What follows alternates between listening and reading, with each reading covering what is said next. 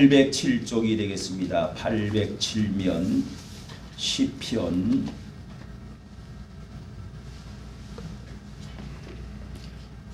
7편 8절부터 11절입니다. 8절부터 11절. 여호와께서 만민에게 심판을 행하시오니 여호와여 나의 의와 내게 있는 성실함을 따라 나를 판단하소서. 악인의 악을 끊고 의인을 세우소서. 의로우신 하나님이 사람의 심장을 감찰하시나이다. 나의 방패는 마음이 정직한 자를 구원하시는 하나님께 있도다. 하나님은 의로우신 재판장이시며 매일 분노하시는 하나님이시로다. 아멘. 하나님의 말씀입니다. 예수 그리스도를 믿음 따라합니다. 예수 그리스도를 믿음으로 구원받은 우리는 새로남의 형제 공동체가 되어 함께 예배하고 사랑함으로써 천국까지 같이 갑시다. 아멘. 오늘 우리 말씀의 제목으로 의로우신 재판장이신 하나님, 우리 9절에 나와 있는 7장 11절에 나와 있는 말씀대로 하나님은 의로우신 재판장이시며 재판장이신 하나님. 자, 이런 말씀의 제목으로 함께 은혜를 나누고자 합니다.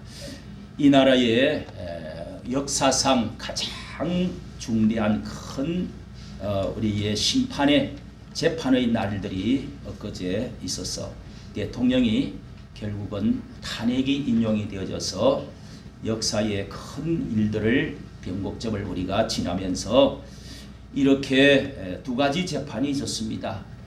단주간 전에는 또 나라의 대표되는 사람이 대통령 후보 될 사람이 또 재판이 있어가지고 그렇게 해서 2심에서 또 이렇게 무죄가 선고가 나오고 대통령은 이미 8대 0이라고 하는 그렇게 해서 탄핵 인용이 되어가지고 탄핵을 당해서 대통령이 마침내 자리에서 내려오는 이런 엄청난 일들이 일어났습니다.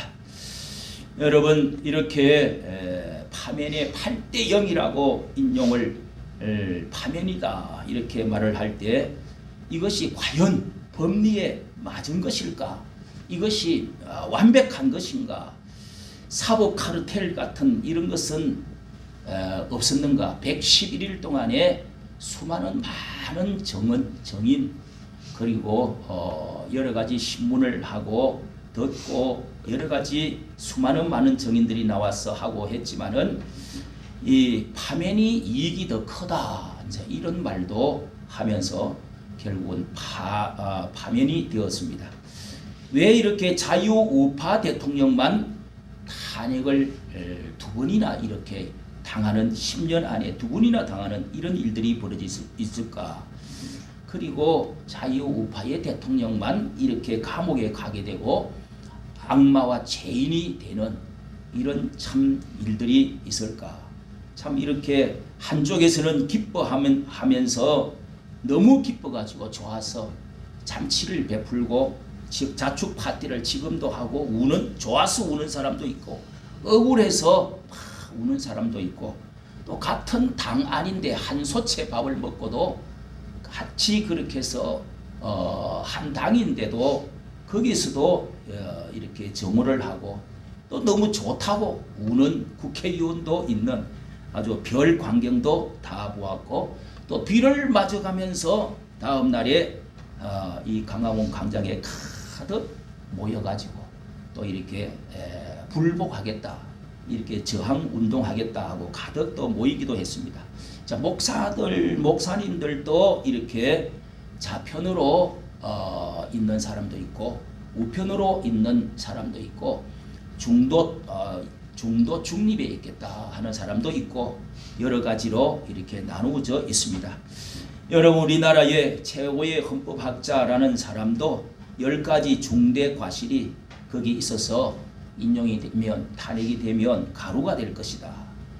헌재가 가루가 될 이런 말도 했는데 자, 오늘 여러분도 참 놀래고 과연 이런 일들이 1만 명이 죽게 될 것이다. 뭐 오직이 될 것이다. 이완용이가 될 것이다. 뭐 이런 말들을 하면서 결국은 이렇게 파면으로 탄핵이 되어지고 말은 자 이렇게 해서 또 3개월 2개월 후 60일 후에는 대통령 이제 선거로 바로 또 들어가는 이런 일들이 일어나게 되었습니다. 여러분 우리는 재판이라고 하는 것이 이 법리라는 것이 사람은 완벽하게 정말 완전하게 재판을 옳고 그름을 표현을 할 수가 없습니다. 그래서 저울이 세 가지 있다 하는 것을 지난 주간에 하나님의 저울이라는 말씀으로 제목으로 말씀을 드린 적이 있는데요. 하나는 내가 나를 달아보는 저울이 있다. 내 판사가 있고요. 그 다음에 타인이 나를 판단하는 저울이 있는데 타판사가 있습니다. 그리고 하나님의 판단, 심판사, 하나님이 나를 판단하는 판단이 있습니다. 그렇기 때문에 다른 어떤 판단도 우리는 시간이 지나가면서 잘못되어질 수도 있고 잘 되어질 수도 있고 그런데 하나님의 판단만 완전한 판단이다. 메네 데겔 우바르신 하나님이 저울에 달아서 모자람이 되었다. 그렇게 해서 하나님께서 바벨론의 그 왕을 하나님께서 버리시고 그렇게 해서 하나님의 저울이라는 그런 말씀을 벽에다가 하나님의 손가락으로 써서 보여주신 적이 있었다 말씀을 드렸습니다. 여러분 우리는 성경 가운데 이렇게 이 판결, 재판, 판사 이런 말들 이런 말씀들이 성경에서는 엄청나게 많이 나오고 있습니다. 역사적으로도 바빌로니아에 있는 이 하무라비 법전 이렇게 주전 1780년 1800년 전에 토판으로 140개의 이런 그 법조항이 쭉 세기 문자로 이렇게 수메르 글로 이렇게 적혀 있는 거 이런 것이 발견이 되어졌는데요. 그때 당시에 성경이 후에 이렇게 성경이 기록이 되어질 만큼 역사는 그 내용을 보면은 전부 법에 관한 그런 것들, 판결에 관한 것들, 정의에 관한 것들이 다 적혀 있습니다. 바빌로니아 하무라비 법전이나 유대의 성경이나 그리고 로마의 법전이나 이 모든 것들은 성경 가운데서도 이 법에 관한 것, 의에 관한 것, 칭의에 관한 것, 공의, 정의, 불의, 의인, 악인 이런 모든 것들에 대해서 과연 의가 무엇이냐, 올바름이 무엇이냐, 바른 것이 무엇이냐 이것에 대해서 판단하는 것에 대해서 법적인 말씀들이 적혀 있다는 것입니다. 출애굽기, 레위기, 민수기, 신명기 다 하나님의 법에 관한 말씀이죠. 그리고 왕정기의 사사기에 들어서도 이 사사기를 자지 판단한다, 판관기라 이렇게 말을 할 수가 있습니다. 영어로는 그렇게 되어 있고 왕정기에 들어서도 하나님의 법을 따라서 바로 정치 왕을 세워서 바로 하나님의 법을 따라서 정치하라 하는 내용이 정치인 것입니다. 그리고 선지서 16권도 다 공의와 정의를 따라 바르게 행하라고 하는 선지자들의 외침이었습니다. 시편 잠언도 다 뇌물, 판결, 정직, 의롭게 바로 말씀대로 어떻게 살 것이냐에 대해서 지혜를 가르쳐주는 말씀이죠. 시편에도 시편 1장부터 시작해서 오늘 우리가 읽은 시편 말씀들도 보면은 다윗은 그렇게 말을 하고 있죠. 의인은 악인의 궤에 서지 말고 앉지도 마라. 의인은 하나님께서 인정하시나 악인은 망하리로다. 의인에 대해서 무엇이 바른 사람이냐, 무엇이 바른 길이냐 이것에 대해서 재판, 판결, 정치, 도덕, 윤리 이 모든 것들을 우리에게서 어느 시대의 고고학이든지 발견하면은 다 거기에 사람이 어떻게 판결할 것이나 법정이 다 있다는 것입니다. 그래서 철학과도 도덕도 종교에서도 이런 주제가 바로 이 어떻게 의롭게 판결을 하고 억울한 일이 없도록 할 것이라는 이 그런 법이 생겼다는 것입니다. 오늘 여러분 이 본문 말씀의 가운데 오직 재판장이신 하나님, 시편 7장 7절에도 오직 재판장이신 하나님이 낮추시기도 하시고 높이시기도 하신다. 자, 오늘 우리가 읽은 이 말씀은 7장에서는요, 제일 앞에 보면은 다윗이 이 사울 왕에게 쫓기면서 그러면서 억울하게 쫓겨다니면서 굿이라고 하는 위에 머리에 굿이라고 하는 사람에 의해서 쫓겨다니면서 부르짖고 기도했던 말씀이다. 1절에 그렇게 말씀이 있죠. 7장 1절에 여호와여 내 하나님이여 주께 피하오니 나를 쫓는 모든 자에게 나를 구원하여 건지소서. 건져낼 자가 없으면 사자같이 나를 찢고 물어 뜯을까 하나이다. 이렇게 억울한 것을 호소하면서 하나님 앞에 하나님은 재판장이신 하나님이시다. 이렇게 하나님을 법정에서 자신이 기도를 하는 그런 내용입니다. 이렇게 이 굿이라고 하는 사람이 검다는 뜻인데 베냐민 지파의 좀 검은 사람이 이 사울 왕에게 다윗을 고발을 해갖고 무고죄로 고발을 해서 제거하라고 반역자로 고발해갖고 쫓아내었던 그런 내용에서 기도가 이렇게 나온 것입니다. 이런 억울한 일을 당했던 다윗이 재판장이신 하나님이여 이렇게 기도하는 것입니다. 이사야서 64장 6절에도 보면은 대저 우리는 부정하고 우리의 의는 더러운 옷과 같다. 더럽게 점과 더러운 걸레와 같은 잘못되어진 법들 의가 우리에게는 없습니다. 다니엘서 9장 7절에도 주여 공의는 주께 돌아가고 수욕은 우리 얼굴로 돌아옴이 오늘과 같습니다. 다니엘은 금식하며 철저히 기도하면서 패역과 우리의 범죄를 용서하여 달라고 부르짖고 기도했습니다. 그때 하나님이 응답을 해주셨죠. 주의 공의는 주께로 돌아가. 하나님은 완벽한 옳고 그름을 완벽한 재판장이시면서 다 하나님은 저울에 조금도 1g도 하나님이 털릴 수 없는 하나님은 우리의 속을 아시고 하나님은 법을 아시고 완전한 재판장으로서 억울함이 없도록 완벽하게 하나님께서는 측정하신다는 것이죠. 이사야서 55장 8절에도요. 하나님의 생각은 사람의 생각과 달라서 하늘이 땅보다 높은 것 같이 높고 내 길은 다른 너희 길과 내 생각은 다르니라. 천지 차이로 사람이 옳은 것 같지만은 사람이 볼 때 옳은 것 같지만은 그것이 잘못된 것이 있고 또 틀린 것 같지만은 그것이 하나님 볼 때는 판단이 바를 수도 있다 하는 것이 바로 성경에서는 이렇게 재판장이신 하나님을 말씀하고 있습니다.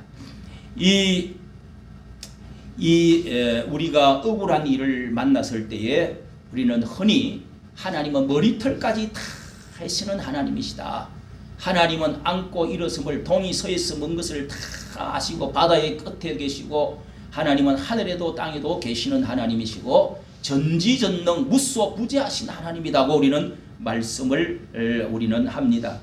그래서 이 보상의 수리바퀴는 천천히 돌아간다. 역사의 수리바퀴가 이게 지구가 안 돌아가는 것 같지만은 이 물레방아가 돌아가는 것이 눈에 보이지만은 하나님은 천천히 맷돌처럼 돌아가 가지고 그것을 가루로 만들어서 하나님의 역사는 하나님은 언젠가는 이 세상 끝에 부활에까지 천국에까지 가서 완벽하게 모든 것을 하나님은 깨끗하게 그것을 정리를 완전히 하나님은 판결을 하신다는 것입니다. 사람이 판단이 억울함이 있을 때에 우리는 흔히 습관성의 법칙이라 이런 말도 합니다. 습관대로 사람들이 자꾸 가는 길대로 내가 그동안에 해왔던 다녔고 봐왔던 대로 그대로 사람이 바로 그냥 그 자리로 그렇게 가는 이 관성의 법칙이 있다는 것입니다. 그런데 또 사람은 가스라이팅이라고 하는 마사지를 당해서 사람이 자꾸 한쪽으로 듣고 그쪽으로 또 옳다 내 편 하다가 보면은 내가 그쪽만 생각하고 보고 듣고 교육받고 이렇게 물이 들어가 있으면은 사람은 그게 전부 옳다고만 여긴다는 그런 가스라이팅 당하는다는 말도 있습니다. 이 유튜브를 해보면은요, 이 구글 회사에서 여러분 AI라고 하는 이 기계가 있다고 그럽니다. 그렇게 해서 얼마나 사람의 이 두뇌보다도 더 AI라고 하는 기계가 모든 것을 다 이렇게 그 올라오는 말, 발언, 어감, 행동, 그 사람의 과거 이런 것까지 전부 이 사람은 어떤 사람인데 어떤 말을 넣으면은 어떤 것을 좋아한다. 그래서 그 사람이 이렇게 눌려봤던 거, 말했던 거 이런 것들을 통해 가지고 이거는 노란 딱지도 붙여야 된다. 이거 빨간 딱지 붙여야 된다. 그 다음에 또 딱 뜨면은 자기가 좋아했던 봤고 들었던 것만 위주로 제일 먼저 올라옵니다. 올라가지고 그것만 좋아하는 것을 골라갖고 탁탁탁 딱 열면은 그것이 나오도록 이렇게 만들어줍니다. 그러니까 그쪽만 계속 발달이 되는 거죠. 그쪽만 내가 억지로 다른 쪽으로 이렇게 내가 반대하는 쪽으로 보려고 하지 않는 이상 좋은 쪽으로만 자꾸 그 사람 원하는 좋아하는 것만 이렇게 올려줍니다. 그래서 사람들이 완전히 편견이 생겨가지고 거기만 진리인 줄 알고 내가 알고 있는 게 전부인 줄 알고 옳다고만 주장을 하게 되고 이 세상이 이렇게 극단적으로 서로 싸우고 나누는데도 이런 문제가 있다고 합니다. 여러분 오늘 특별히 이 다윗에 대해서 다윗은 성경 가운데서 사무엘하 또 열왕기 상하 그리고 다윗은 이 사무엘 상하 또 시편 여러 군데서 이 다윗이라는 사람이 성경에서 가장 많은 말씀을 차지하고 있는데요. 다윗의 왕국을 통해서 하나님은 이 세상에서 스탠다드 완벽한 하나님의 의의 나라, 하나님의 공의의 나라를 이 세상에서 실현하고자 다윗이라는 사람을 선택하셔서 내가 봄에 다윗을 만나며 내 마음에 합한 사람이로다. 사울을 하나님께서 40년 동안 폐하시고 다윗 왕을 하나님이 선택해서 그 다윗을 통해서 다윗의 의의 왕국을 하나님의 공의의 나라를 이 땅에 세우시려고 하셨던 것입니다. 그래서 다윗은 성경 가운데서 하나님 앞에서 묻고 하나님 앞에서 어떻게 내가 정치할 것이냐, 무엇을 잘못하면 하나님의 말씀에 따라서 다윗은 항상 자신이 내 위에 하나님이 계시다는 것을 알고 물어보고 하나님 앞에서 주의 종들에게 또 선지자들에게 물어보고 그러면서 정치를 해왔습니다. 오늘 여러분 이 다윗의 왕국, 그래서 이 다윗이 모든 정치가들 성경 가운데 40여 명의 정치 가운데서 가장 중심적인 다윗과 같이 정직히 행하고 또 이렇게 하나님께서 사울이나 또 이런 다른 왕들은 다 하나님이 이 왕들의 저울을 달 때 자를 잴 때 항상 다윗과 같이 정직히 행하고 하는 말이 관용구가 항상 따라붙게 되어져 있습니다. 그래서 다윗은 중심적으로 정치가의 중심적인 의로운 왕으로 어떻게 하나님의 공의를 실현하고 이 땅에 하나님 나라를 이루는 그 당시에 다윗과 솔로몬의 그 시대가 가장 하나님께서 축복을 많이 해주었고 평화로운 나라였고 부강한 나라가 되었습니다. 여기에서 특별히 사무엘하 15장부터 이제 반역의 다윗이 반역을 하는 사람들이 계속 사울 왕과부터 시작해서 반역하는 그 뒤로 이 다윗이 신하로 있으면서 얼마만큼 불의한 잘못된 의에서 벗어난 그런 인간적인 사울 왕의 밑에서 얼마나 쫓겨다니고 고생을 하고 이렇게 죽음을 수많은 고난을 경험을 했는지 그런 것이 쭉 있다가 다윗이 왕이 되어서 마침내 다윗 왕에게도 이제 반역하는 이 왕이 되고 나서 반역을 하는 사람들이 일어나기 시작했습니다. 자, 여기에 사무엘 16장 17장에서부터 그런 말씀이 나오는데요.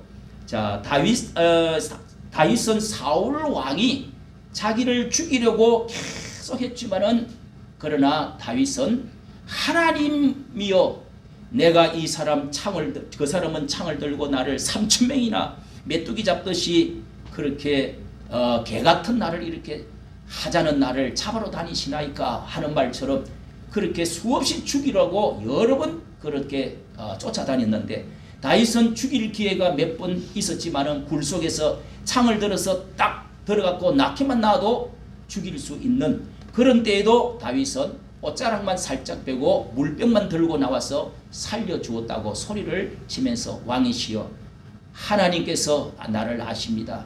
내가 오늘 하나님께서 판단해 주실 줄로 믿습니다 하면서 그 옷자락을 보여주면서 나는 그렇게 하나님의 종을 세우신 분을 나는 죽이기를 원치 않습니다. 이렇게 말한 적도 있습니다.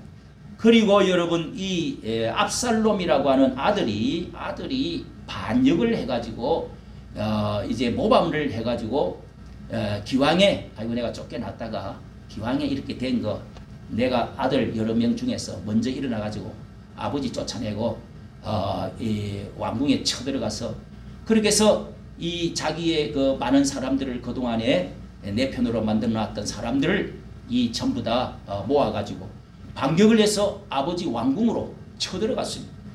왕이 최대의 그 왕권이 강할 때인데 이 아들이 쳐들어오니까 창을 들고 화살 들고 군사와 함께 쳐들어오는데 차마 아들하고 싸울 수가 없어서 왕궁을 비워놓고 도망을 가지 않습니까? 같이 싸우면은 그 많은 요압이며 버나야며 수많은 그 장군들 세 장군들이 있고 군사가 엄청 강한 그런데 못 이기겠습니까? 그런데도 왕궁을 비워놓고 도망을 가고 있습니다. 그래서 이 강을 따라서 언덕을 해가지고 요단강으로 저 내려가고 피신을 가고 있는 가운데 저 언덕에서 어떤 한 사람이 나타났습니다. 그리고 나타나가지고 이 시므이라고 하는 한 사람이 저 앞전에 그 왕 사울 왕의 먼 이렇게 일가가 되는 그 남자 한 사람이 나타나가지고 그 티끌을 날리면서 그러면서 돌을 집어 던지면서 저주를 퍼붓는데요. 피 흘린 자여 피 흘린 자여 비루한 자여 당신이 지금 우리 그 앞전에 피를 흘린 것이 그런 것 때문에 하나님이 저주를 받는 자라고 하면서 그렇게 하면서 이 티끌도 집어 던지고 또 돌멩이를 집어 던지면서 왕에게 말이죠. 죽을 자를 살려놓았더니 그랬더니 이렇게 저주를 퍼보면서 계속 따라옵니다. 그래서 옆에 있는 군사가 그것을 칼을 빼가지고 내가 당장 죽이고 오겠습니다. 이 요압이여 그리고 이 장군이여 그만두라. 하나님이 저 소리를 듣고 하나님이 판단해 주어서 나를 용서해 주시고 하나님께서 내 기도를 응답해 주실 줄 누가 아느냐.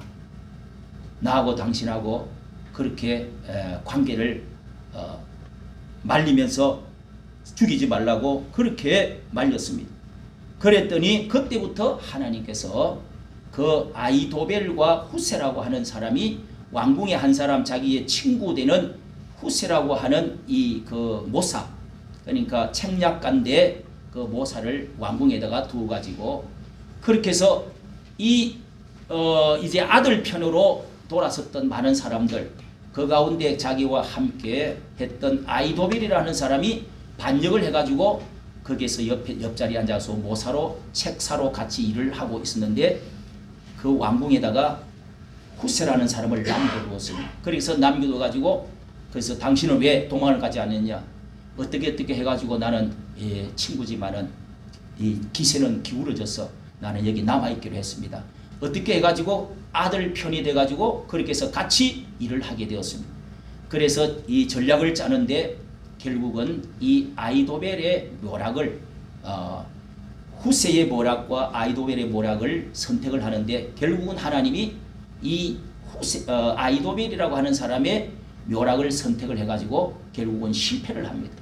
하나님이 그때 죽이기로 그때부터 하나님이 그 전략을 바꾸어 놓아서 결국은 다윗이 살아나는 이런 놀라운 일들이 적혀 있습니다. 성도 여러분, 다윗의 생애에 보면은요, 압살롬도 여러 번 다윗이 죽일 수도 있었지만은 살려주라고 했습니다.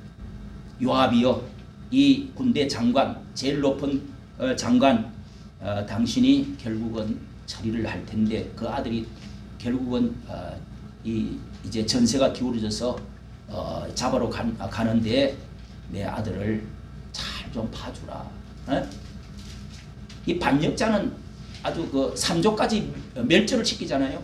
그런데 살려주라고, 좀 잘 봐달라고 그렇게 애통해도 결국은 그 아들이 도망을 가다가 나무에 매달리는데 창을 찔러가지고 죽이라고, 나라를 평정하려고 하면 어쩔 수가 없다.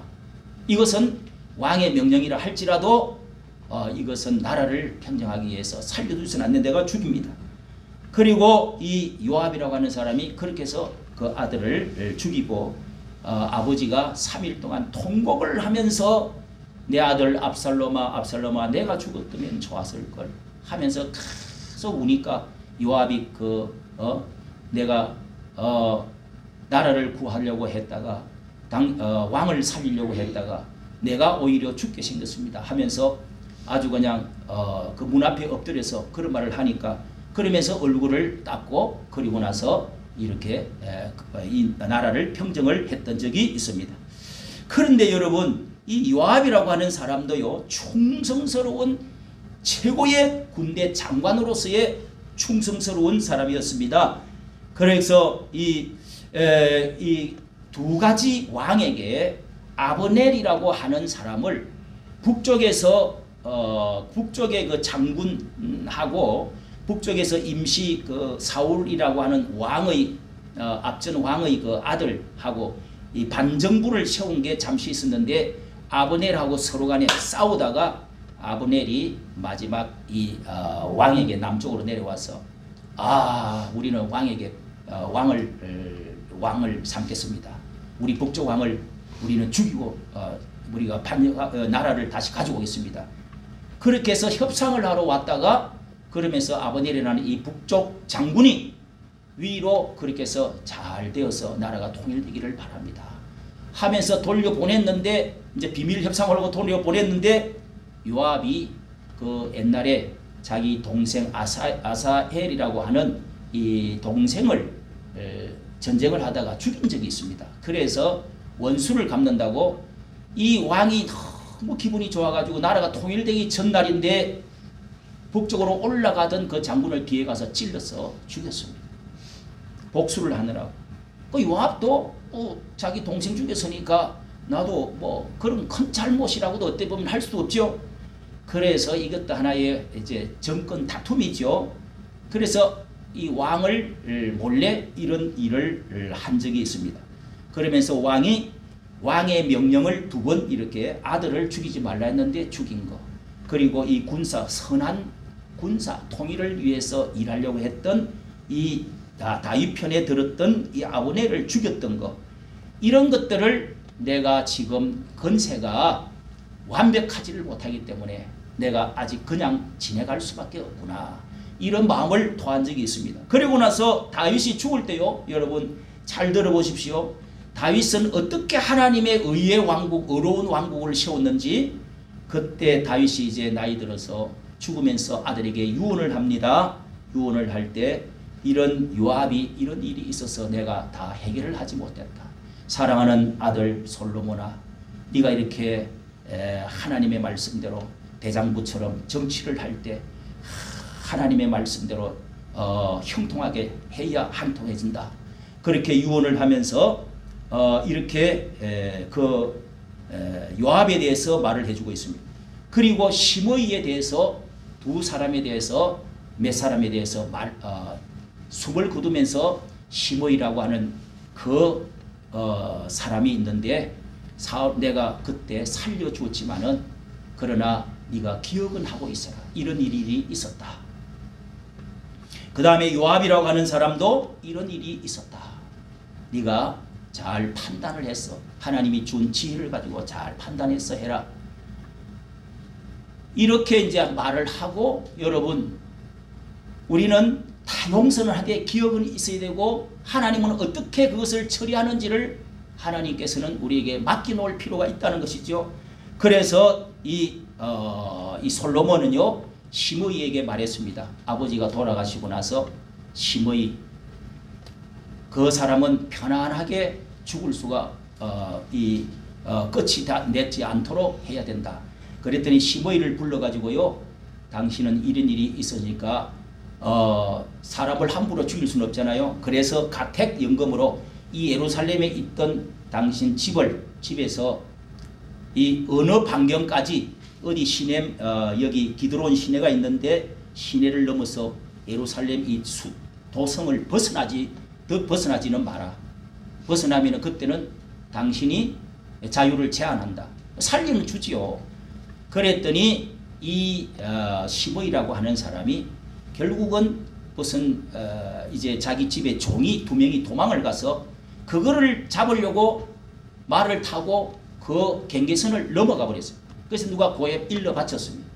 뭐 이제 밑에 이제 그 병사가 있겠지요. 그래서 보고를 했는데, 그래서 그 사람은 우리 아버지 다윗의 왕국과 우리에게는 죄가 없지만 너는 너 머리에 죄로 네가 죽는다. 이러면서 죽이고 말았습니다.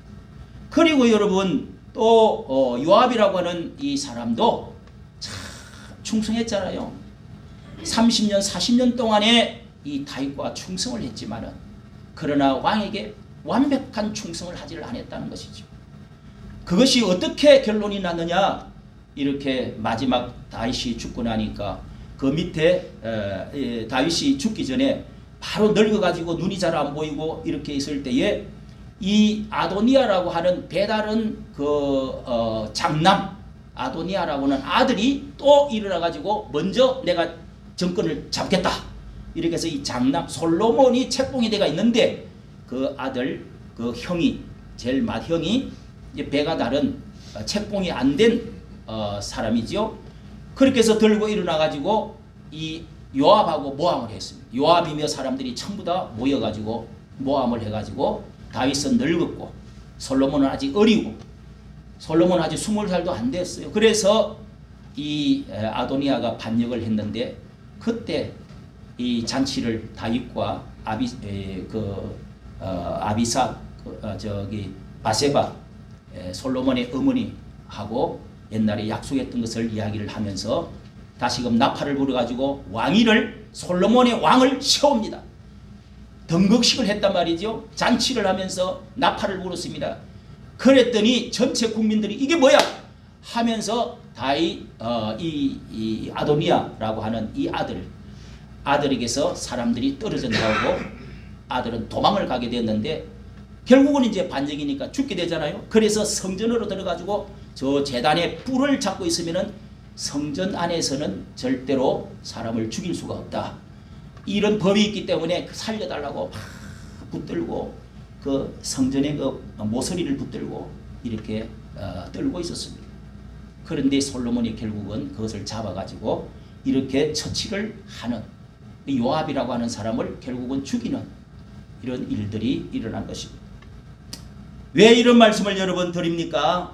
하나님은요 반드시 하나님은 하나님의 말씀대로 하나님의 의로우심대로 하나님은 이 지상에 있을 때도 재판하시는 하나님이시다.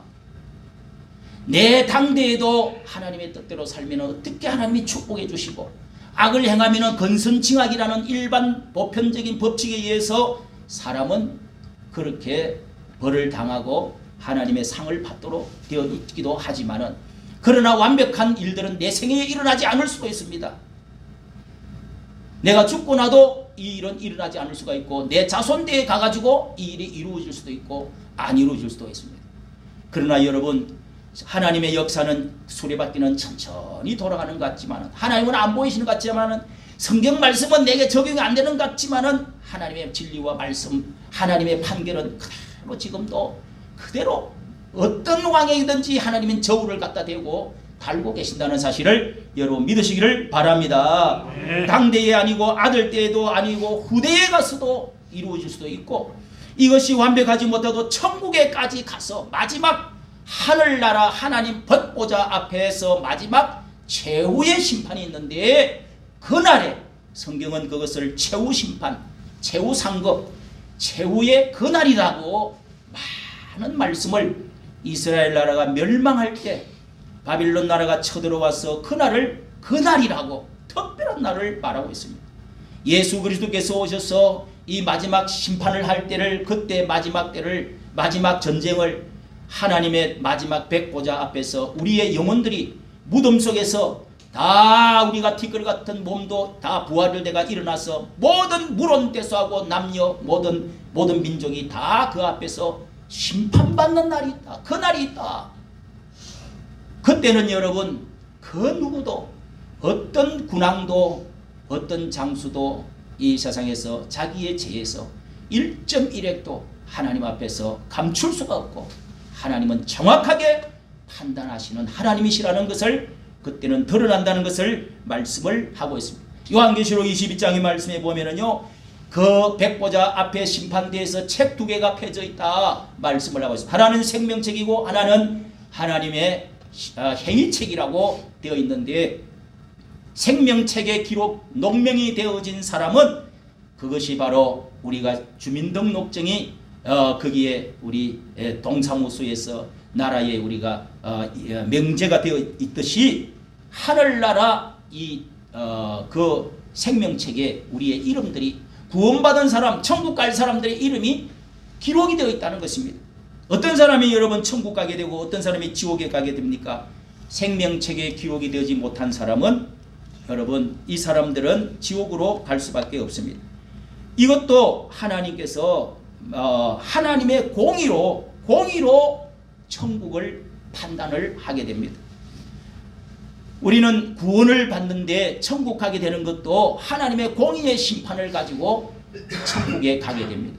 나는 죄인인데, 나는 못났는데도 불구하고 나 같은 죄인을 어떻게, 아니 저렇게 아주 훌륭하고 아주 자선도 많이 하고 학교도 많이 세우고 고아원도 세우고 이 세상에 좋은 일 많이 했는데 지옥 가는 사람이 있고, 나 같은 죄인 같은데 부지랭이 같은데 쓸모없는 인간 같은데도 하나님이 나를 천국으로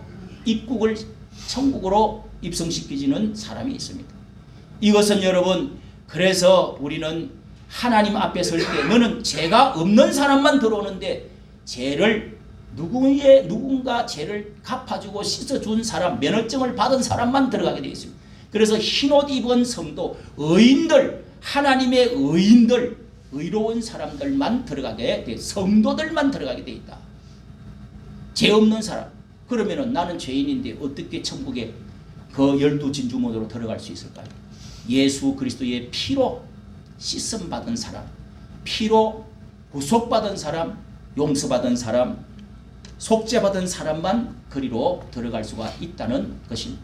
예수님이 내가 예수 그리스도를 믿음으로 예수님의 피가 그 공로가, 나는 공로가 없지만은 내가 예수를 믿음으로 예수님의 피 공로가, 그게 공로가 되어져서, 그게 값이 되어져서 대신해서 치루어 주신 그 은혜 때문에 표를 받아서, 여러분이 얼마 있다가 우리가 부활절에 세례받을 사람은 세례를 받는데 그 표를 받는 것과 비슷한 것입니다. 나는 하나님의 자녀가 되어서 죄짓음 받았습니다. 죽었다가 다시금 살아났습니다. 예수님과 믿음으로 예수님을 함께 죽고 함께 살아났습니다. 나는 이제는 흰옷을 입은 사람입니다. 나는 모든 죄를 용서받은 사람입니다.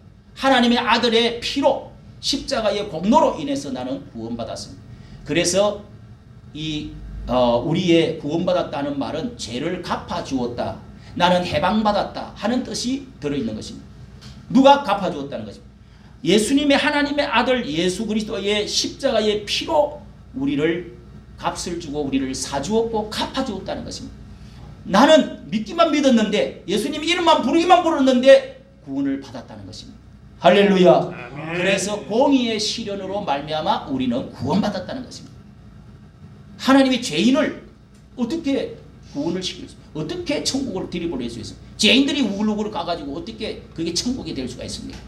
죄인은 죄값을 받으러 지옥으로 형벌을 받으러 가야지요. 이래서 하나님의 의의 나라, 공의의 나라는 그 피의 은혜로 말미암아 구원을 받고 하나님의 자녀가 되어지고 하나님을 부르시게 되고 천국에 들어가게 되고 하나님의 자녀의 행동을 하게 되고 행복을 찾게 되는 구원의 은총을 받게 된다는 것을 믿으시기를 바랍니다. 네. 또 하나는 다른 책이 있는데 행위책으로 하나님은 이 세상에서 살면서 어떤 일을 어떻게 했느냐, 무슨 말을 했느냐, 어떤 행동을 했느냐, 어떻게 신앙생활을 했느냐, 어떻게 교회 출석을 했느냐, 이런 하나 공력을 사람이 어떻게 알겠습니까? 밤에 무슨 짓을 했는지도 모르지만은 그러나 사람의 행위에 대해서는 하나님이 1.1획도 틀림없이 하나님은 전부 저울에 달아서 0.1g도 틀림없이 하나님이 상벌을 주는 그런 하나님이 행위책이 있는데 거기에 기록이 되어 있다는 것입니다. 상급 판결이 있습니다. 고린도전서 3장 10절에는요. 지혜로운 우리는 건축자들과 같다. 예수님께서 닦아놓은 이 터전 위에 집을 짓는 자들과 같이 공력대로 어떤 사람은 금으로 어떤 사람은 은으로 보석으로 집을 짓는 사람이 있고 나무와 풀과 지퍼로 집을 짓는 사람이 있는데 마지막 때에 하나님이 불심판으로 한번 불어보면은 그때에 금인지 은인지 그리고 보석인지 나무인지 지피인지 이게 풀인지를 알 수가 있다. 대지사명제가 거기에서 동화책을 지어갖고 내온 거 아닙니까? 여러분 이렇게 베드로전서 1장 17절에도 사람을 애모로 하나님은 애모로 보시지 않는다. 각 사람의 행위대로 심판하시는 아버지시다. 행위대로. 여러분 숨어서 우리가 밤중에 무슨 짓을 했는지 모르고 내가 감추어 놓은 것 있는 것 같지만은 하나님은 그 행위대로 하나님은 다 그것을 다 아시고 저울에 다루시는 하나님이십니다.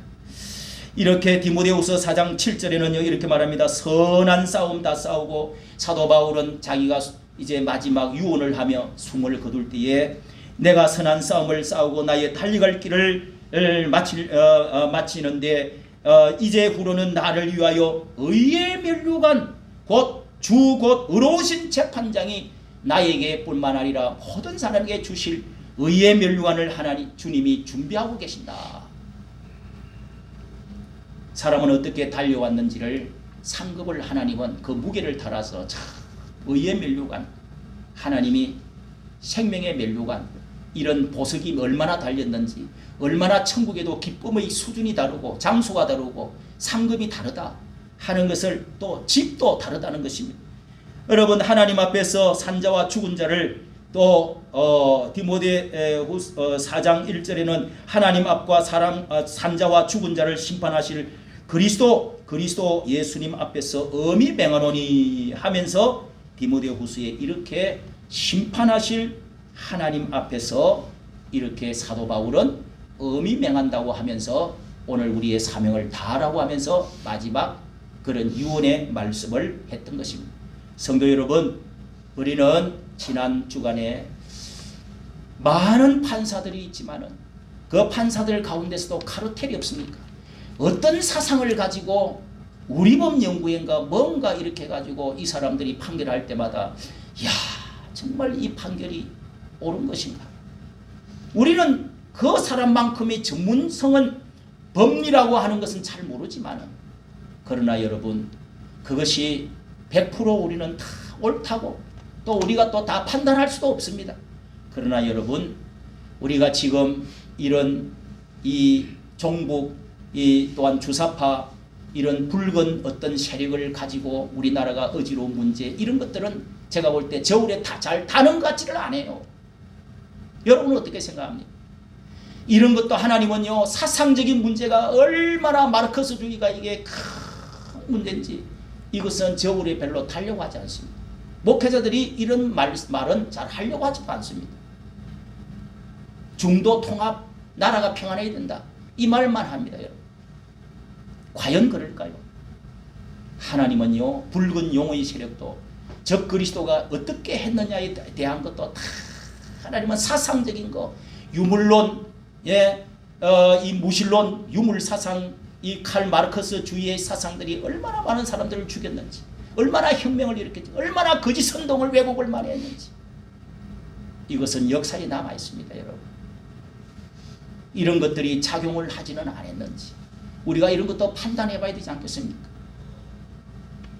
하나님만이 우리가 우리 당대에 그리고 우리의 후대에 그리고 하나님의 심판대 앞에서 하나님은 우리에게 판단하시는 날이 반드시 오게 될 줄로 믿고 참고 기다리면서 하나님 앞에서 여러분 말씀대로 살아갈 수 있는 하나님의 말씀의 저울에서 말씀의 기준에서 살아갈 수 있는 여러분 되시기를 예수님의 이름으로 축복합니다. 마지막으로 우리 지난주 제가 이렇게 참 존경하는 우리 장로님이고 그리고 삼성 장군으로 참 이 국방부 지금 장관 감옥에 있는 장관하고 그 바로 위에 선배 되시는 분인데 그 장로님의 참 4대째 예수님을 믿어왔다고 그래요. 우리 같은 또 제 뿌리 이 고신청이 장로님이고 저하고 자주 전화도 통화도 하고 이렇게 하시는 분인데 그분이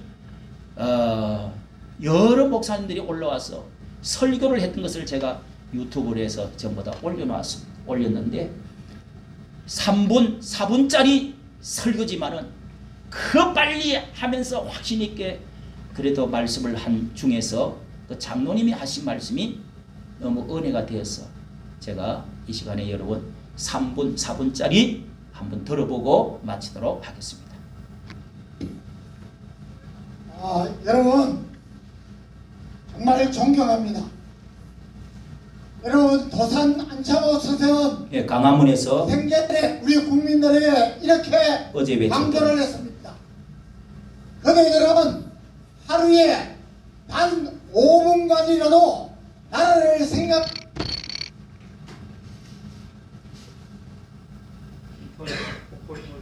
네, 천천히 하세요. 버퍼링이 나는 거예요? 네네. 아주 안 되면 그냥 나. 예. 여러분 정말 존경합니다. 여러분 도산 안창호 선생은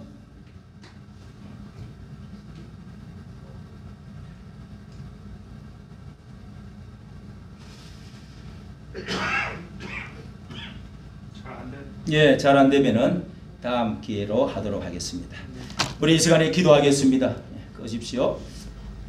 하나님 아버지, 우리의 인생의 저울은 하나님, 우리 누구도 그 누구도 완벽한 것이 없는 줄로 압니다. 하나님께서만이 안고 일어섬을 아시고 우리 하나님께서 저울에 다루시고 모든 정치가들을 다루시고 또한 하나님 아버지 조금도 하나님은 틀림이 없으신 무소부재 전지전능하신 하나님이신 줄로 믿습니다. 우리의 머리털까지 세시는 하나님이시여 이 시간도 메네메네 대길 우바르신 하나님의 저울을 생각하며 의로우신 재판장이 나타나실 때를 상급을 생각하며 말씀을 들어사오니 이 시간에 공의의 하나님 의로우신 재판장이신 하나님 우리 하나님께서 이 나라를 의의 나라로 삼아주시고 이 나라의 모든 재판을 하나님의 말씀대로 살아갈 수 있도록 하나님이여 우리의 생애에 이루어지지 못한다 할지라도 우리 아버지 하나님 반드시 하나님은 우리의 후대에 또한 하나님 또한 우리의 마지막 하나님의 심판대 앞에서 모든 것은 완벽하게 다 이루어지는 줄을 믿습니다. 우리 하나님 아버지 지금 저희들이 이 시대에 일어나는 이 모든 판결들을 보면서 하나님 아버지 하나님께 모든 것을 맡깁니다. 의로우신 재판장 되시는 하나님이시여 우리의 이 민족의 주님이여 모든 판결들을 우리 하나님께서 재판관들에게 더하여 주시고 의로운 나라 다윗의 의로운 나라가 되어줄 수 있도록 축복하여 주시옵소서. 역사하여 주시옵소서. 그리하여서 하나님 아버지여 억울한 사람이 없게 도와주시고 하나님이 친히 다스리시며 하나님의 말씀으로 하나님께 지혜의 말씀에 묻고 하나님을 존귀히 여기면서 주여 정치할 수 있는 사람들이 다 되어질 수 있게 하여 주시고 앞으로 또한 대통령 선거에서도 하나님을 두려워할 줄 알며 하나님을 또한 이제 주여 섬길 줄 알며 하나님의 말씀대로 또한 정치할 줄 아는 사람들이 뽑혀질 수 있도록 하나님께서 도와주시고 이 나라를 하나님의 오른손으로 붙잡아 주시고 역사하여 주시옵소서. 예수님의 이름으로 기도하옵나이다. 아멘.